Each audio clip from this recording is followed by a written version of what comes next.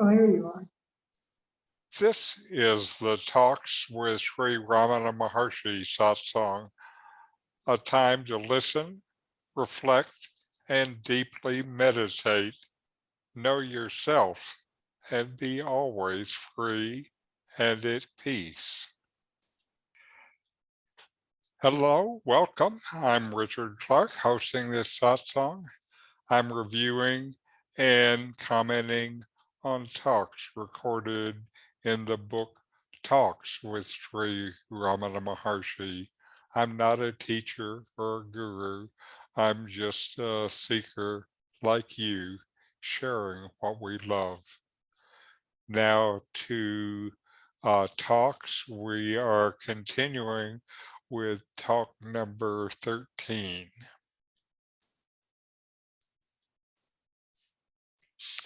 The disciple says, should I remain as if in sleep and be watchful at the same time?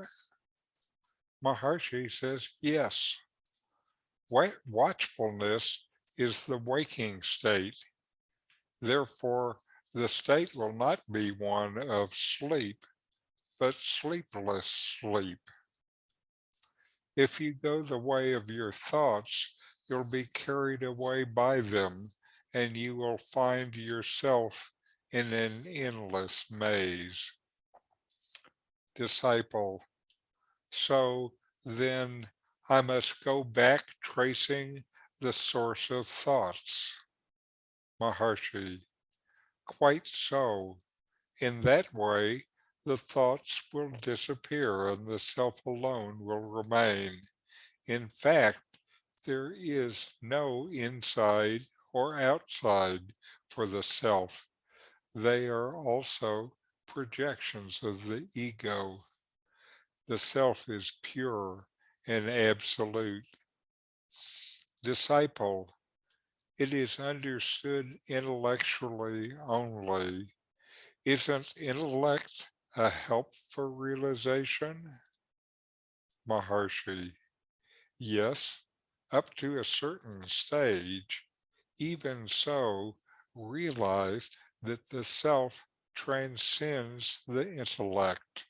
The latter must itself vanish to reach the self. Disciple, does my realization help others?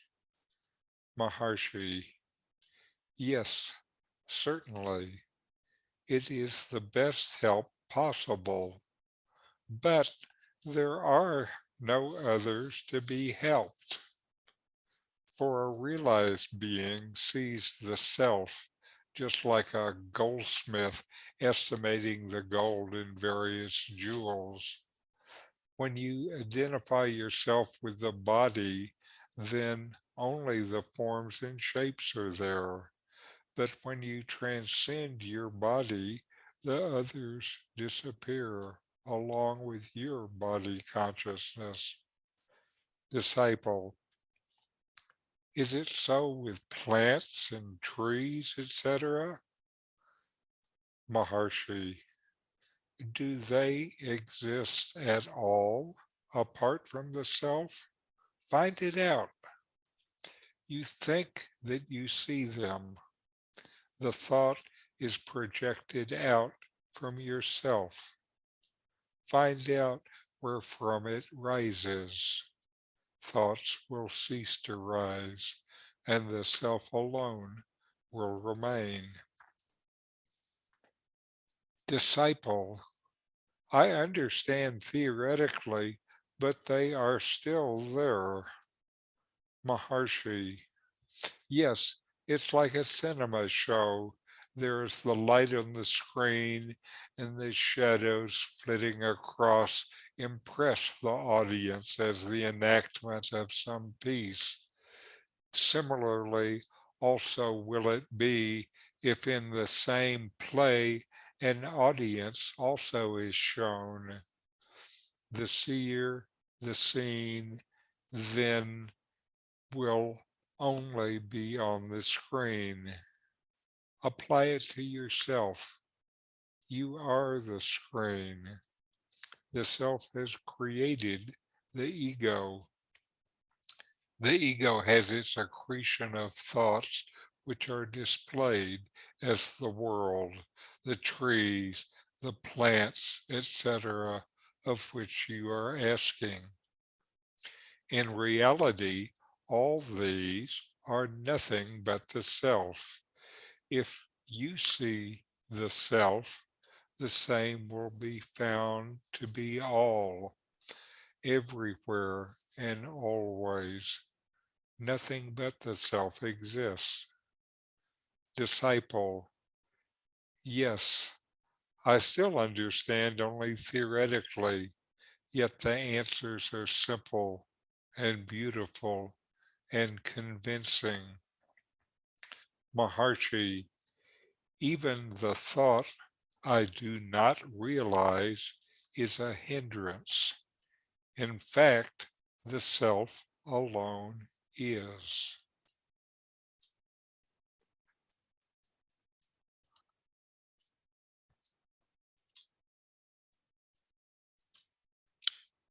First, Ramana talks about thoughts and says, if you try to follow them, you will find yourself in an endless maze.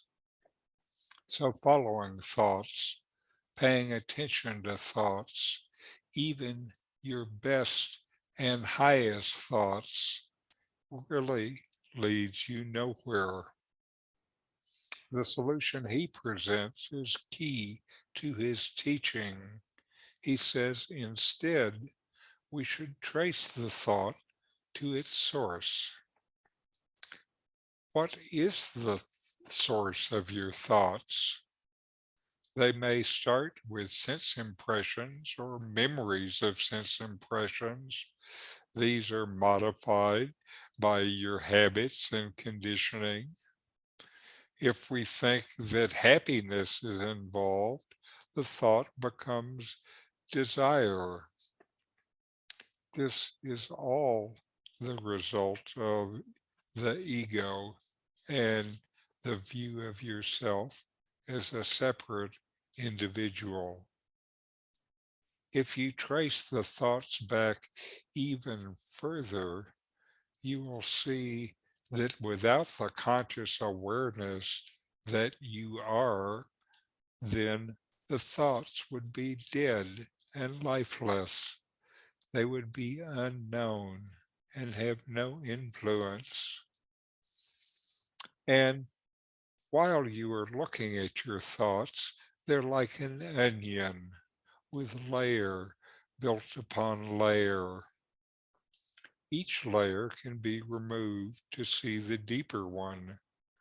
But when you get to the consciousness, the awareness, you can't go any further. You cannot remove this consciousness from your view since it is your view.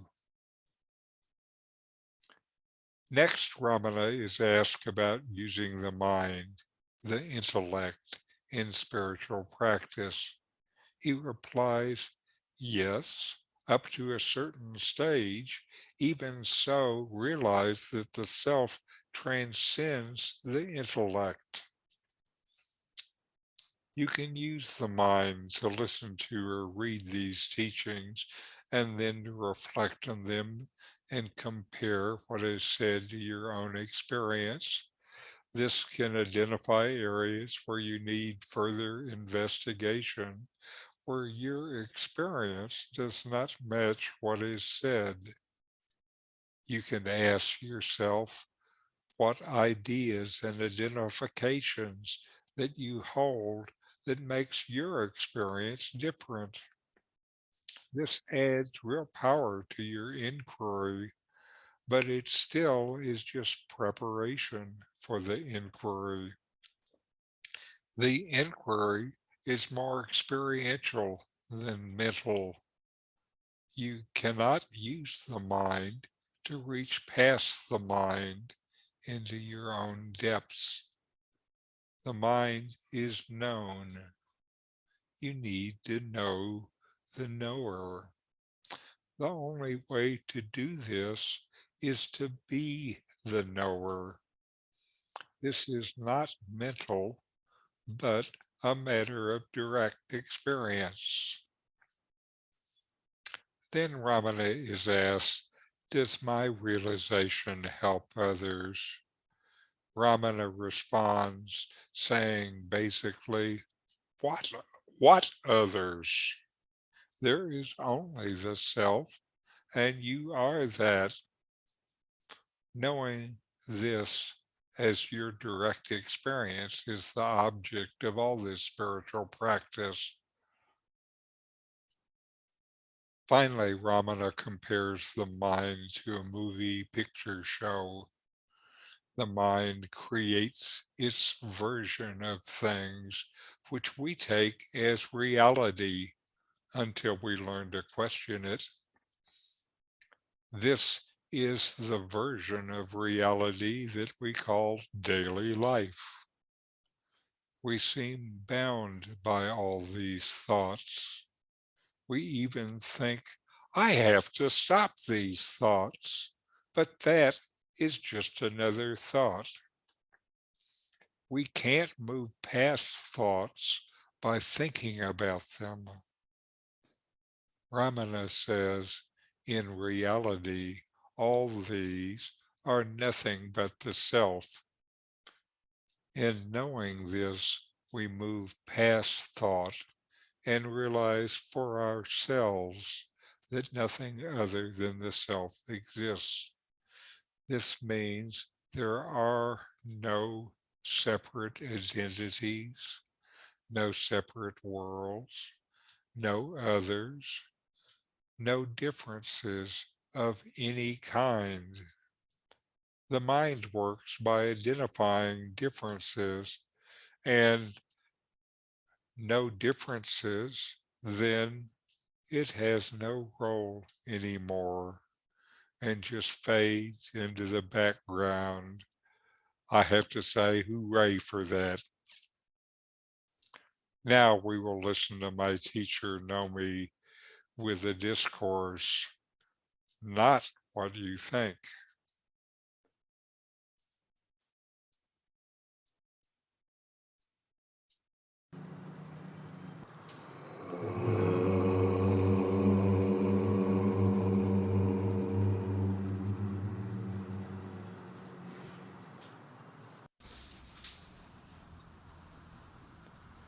Just as no word adequately describes silence, so no thought or perception is a definition for yourself. What truly is the nature of your being? This is what Sri Bhagavan urges one to realize. For the realization of the self is the knowledge of reality, the knowledge of Brahman, which is of the nature of immortal bliss and peace. Your own nature is said to be Satchidananda, being consciousness bliss. Being, what does it mean? What is actually your existence? Whatever is your existence never ceases, is never interrupted. So to know your existence as it is, cease to define it in terms of anything that comes and goes. Your nature is consciousness, being consciousness bliss. Consciousness, what does it mean? What does it signify? Consciousness that is identical with existence. What is it in your own experience? It could never be something objective, known or unknown. All of your thoughts have an object to them, gross or subtle. There is no such thing as a non-objective thought. If you would discard from identification, from your consciousness, all that is objective, all that is considered known or unknown, what remains? In brief, if you cease to misidentify with anything that is thought of, knowing that you cannot be a thought, let alone piles of them put together, what are you? Whatever you are always. For the nature of what is real is to be unchanging. What are you always? This cannot be the body. This cannot be anything sensorially perceived. This cannot be anything that is a product of thinking. What remains? You exist, you know that you exist. The existence and the knowledge are indistinguishably fused. You cannot separate them. The nature of this existence consciousness is perfection. It is the very source of happiness. Indeed, it is bliss itself. To find such happiness permanently for your own direct experience, you have only to know yourself as you are. Not think of yourself. Know yourself. Beyond thought, what definition could you possibly have? Free of the body, you are naturally eternal.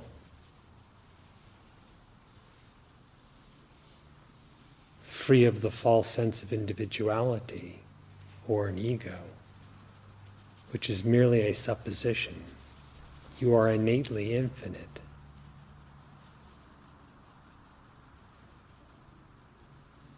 The real nature of the apparently embodied individual is the bodiless infinite existence. The real nature of Jiva is only Shiva. Brahman is the only actual self that there is.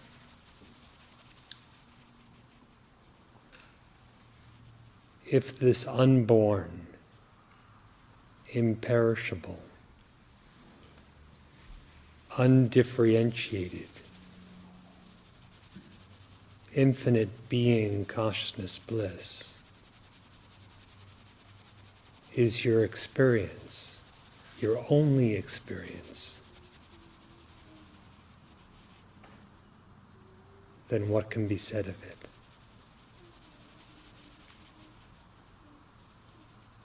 If it appears to you that it's not your only experience, but there's some other kind of self, who is that? If there appears as if some other kind of reality, who conceives of that? Who imagines that?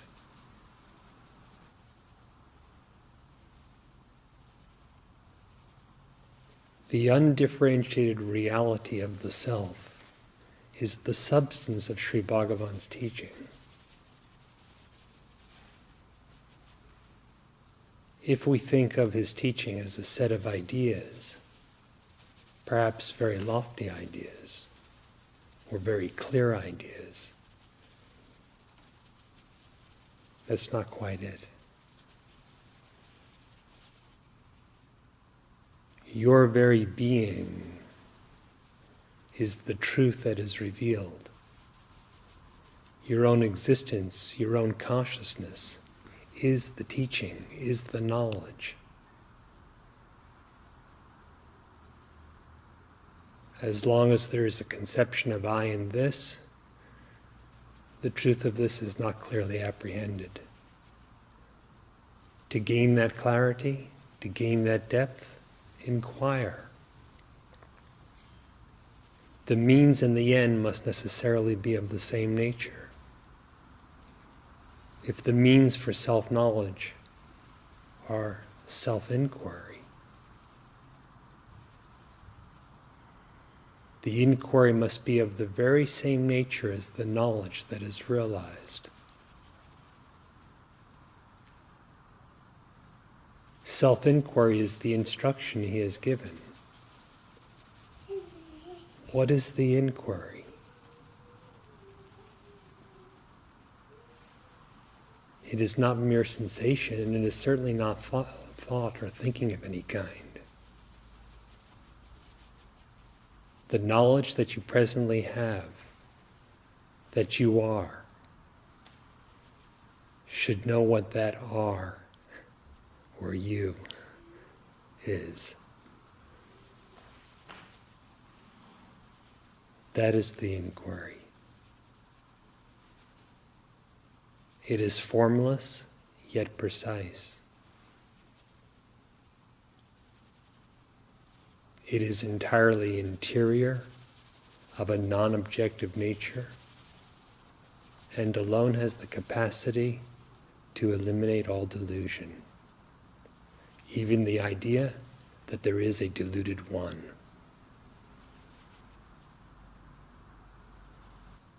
Be steeped in such inquiry. Be steeped in the knowledge of yourself.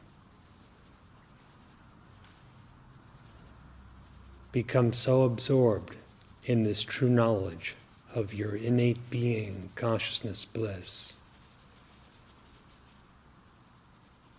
that no separate I remains. Where you see the scope of individuality as being minuscule, you're on the right path. When the idea of existing as an individual is utterly absurd, you understand.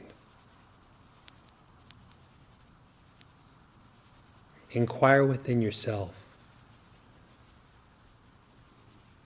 and see what's being hinted at here.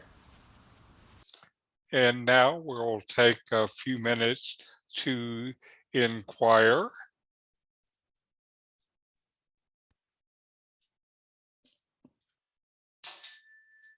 Sit and quiet yourself. Take a long breath. Feel your breathing. Notice that you exist and you know that you exist. Now inquire, investigate within yourself. Do you know your thoughts? If you know thought, can you be a thought?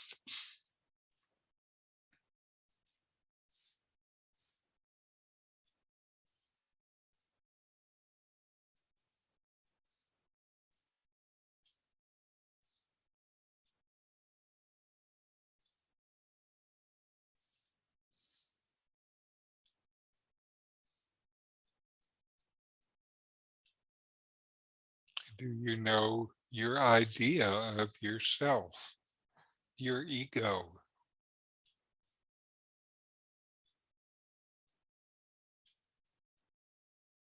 If you know this ego, can you be the ego?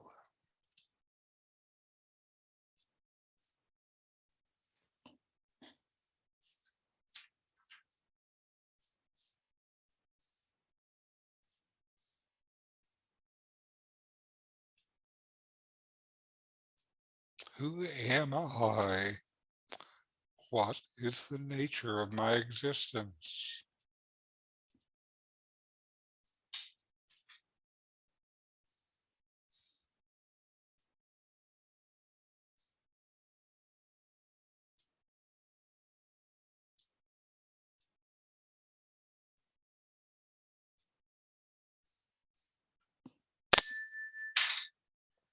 All right. We'll close with a short chant. Om Shanti, Shanti, Shanti. Om. Peace, peace, peace. All right. Thank you for watching this, and look for the next uh, session of Talks with Sri Ramana Maharshi next week. Namaste.